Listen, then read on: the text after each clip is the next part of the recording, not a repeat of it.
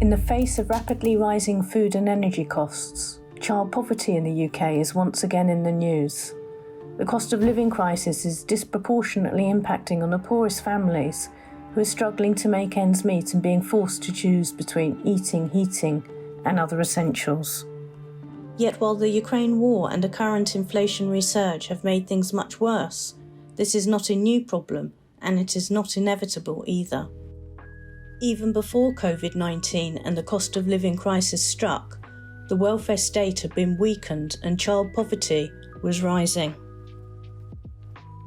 Research from the Centre for Analysis of Social Exclusion at LSE, CASE, highlights that child poverty fell during the first decade of the 21st century, when there was an anti-child poverty strategy in place, with coordinated government action across multiple areas of policy. However, during the period of austerity, the 2010s, child poverty increased again.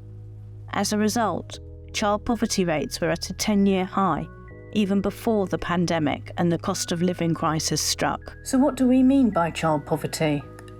A widely used definition, and the one used in this research, is a child living in a household whose income is below 60% of the average or median income after taking account of housing costs. What does this mean? For example, take a family with two parents and two children aged 5 and 14. On the eve of the COVID-19 pandemic in the UK, the average income per head for a family of this kind was £193 per week, after tax and housing costs. But if this family was living in poverty, they would only have £116 per head per week, or even less. What do children tell us about their experiences of living in poverty? Some children in poverty go hungry. Official government estimates identify that 1.7 million children were food insecure on the eve of the COVID-19 pandemic. But the problem is much wider than that.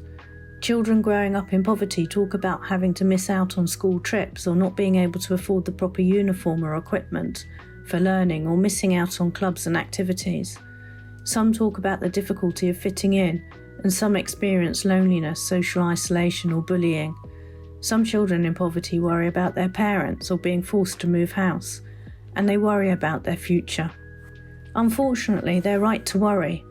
Research shows that growing up in poverty has long-lasting consequences for children's lives, including their health, education, and future employment prospects. Directly before the pandemic, over 4.3 million children were living in relative poverty. That's 31% of the UK's child population, almost 1 in 3 children. During the 2010s, the capacity of the welfare state to protect working-age adults and families with children from poverty was weakened. There were 3 main drivers. First, benefits and tax credits for working-age adults and families with children didn't keep pace with inflation over many years, and the real value of the minimum income guaranteed by the state via benefits, tax credits, council tax and housing benefit support was eroded.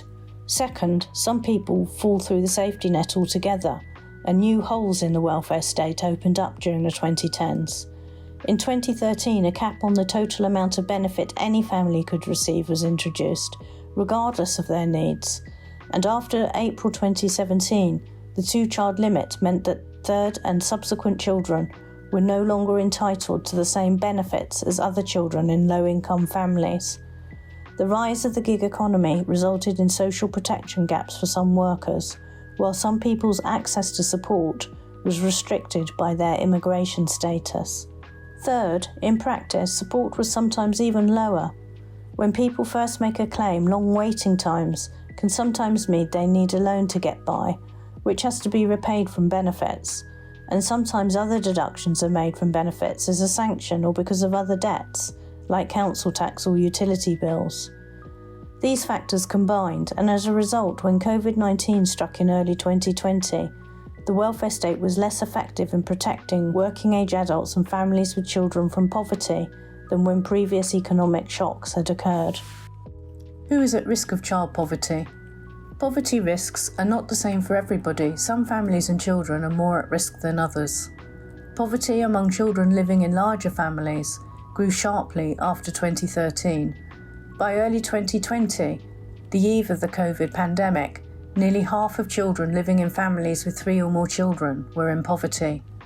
Children living in lone parent families also recorded a steep 8 percentage point increase in child poverty rates over the decade, while for children living in families with a disabled adult, rates increased from 36% to 41%. Between 2015 and the eve of COVID-19, rates were also high and rising for children living in families from some ethnic minority groups, with rates amongst children from Bangladeshi family backgrounds increasing to as much as 67%, more than 2 in 3 when the pandemic struck. But high and rising child poverty is not inevitable.